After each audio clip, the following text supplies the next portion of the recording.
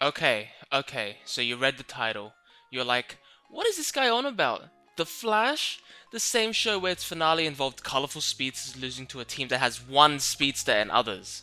But what if I told you that there was a time and point in history in the show that it wasn't always the case? There was a time in which it was just one choice that would not only affect his team, but the entire world around it. And that episode, ladies and gentlemen, is the season finale of the first season, titled Fast Enough.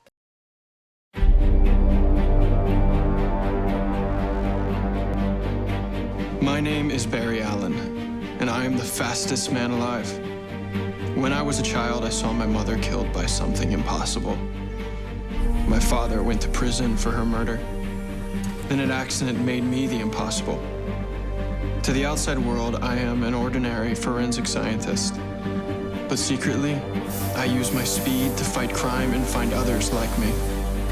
And one day I'll find who killed my mother and get justice for my father. That day is today. Before I get into the reasons why, I should probably explain this season in a very short time frame. Barry Allen is a superhero called the Flash. After being struck by the particle accelerator explosion, he works with his team to bring in others like him and protect the city, all while solving the mystery of the man in yellow, whom killed Barry's mum when he was like 10 years old. But surprise surprise, the killer is actually Barry's mentor, Harrison Wells, aka the guy who caused the explosion to happen, aka Eobard Thawne, aka the Reverse Flash / Man in Yellow, aka Eddie Thawne's ancestor, aka he killed Barry's mum. And in the previous episode, they fought and Barry has him locked in his cell, awaiting for an overdue conversation. What made this season so well done compared to its later seasons? I'll keep this very brief, but the characters and the story itself personally. Each character played their roles perfectly. Cisco was the comic relief, Kaylin was the motherly figure who needed time to open up, Joe and Iris were Barry's support system, Wells was the mysterious yet caring quote-unquote mentor to Barry, and, well, Barry is our protagonist. They all worked well together and it made them feel like a real family. So, when the reveal of Wells being the main villain behind it all, it was heartbreaking to the team since they worked alongside each other for months and even years. The story was well thought out, a typical villain of the week stuff was nice and all, but when it got down to the juicy bits of the story, mainly the story of the Reverse Flash and Barry, that's where it really shined. The rivalry of both speedsters at the beginning of the show until the finale made it more captivating to watch and see what kind of ending we got, which I will get into in a bit.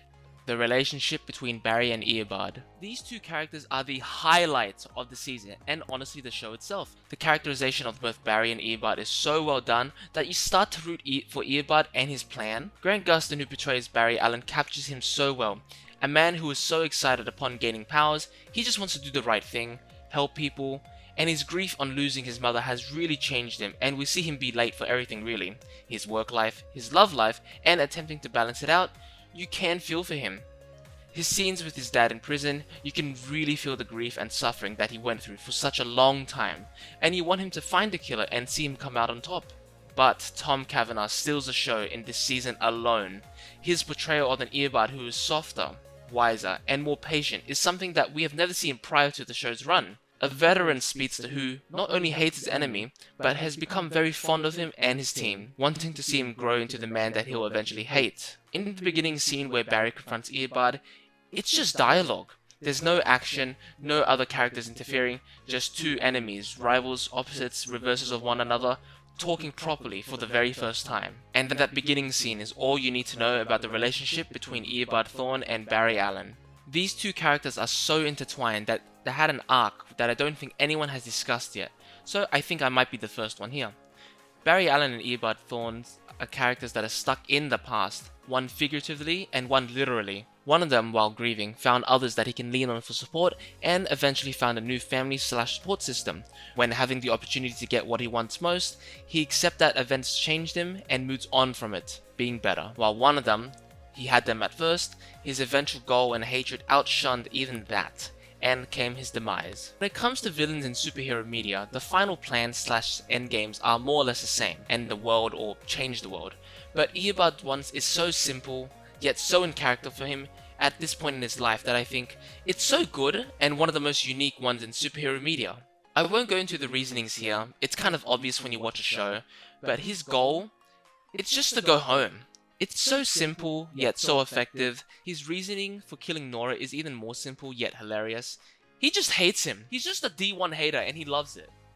This episode gives Barry the ultimate decision: save his mother or not, reuniting the Allen family, or removing Team Flash, Iris, and Joe from his life. Barry has talks with his family, his friends, to discuss if he should do it, but ultimately Barry, with the encouragement from Iris, goes for it and saves his mother. But he's stopped. He's stopped by a version of himself from the future. Barry has to hear it, the pain Nora went through, and it was just too much. When Barry came out, he comforted his mother in her last moments, telling her that everything is okay, that he and his father are fine, and mourns her death properly. The acting from Grant Gustin is amazing, and every time he cries on screen, you just feel like crying because it just feels so real, raw, and emotional, and brutal for him. The Allen family torn apart, and they did nothing wrong whatsoever. Barry doesn't save his mother, instead comes back and stops Earbud, and they fight. Earbud was about to win, but then a wild card happens. A wild card named Eddie Thawne.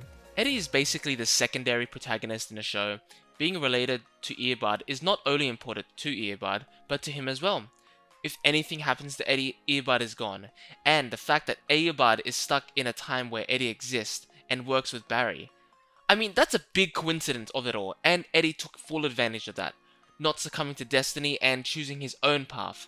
And that path is to sacrifice his life to ensure Earbud's erasure. He became the hero of his own story. The episode ends off with a singularity, a black hole of some sort swallowing up the city, and Barry runs in to stop it, unsure if he wins or not.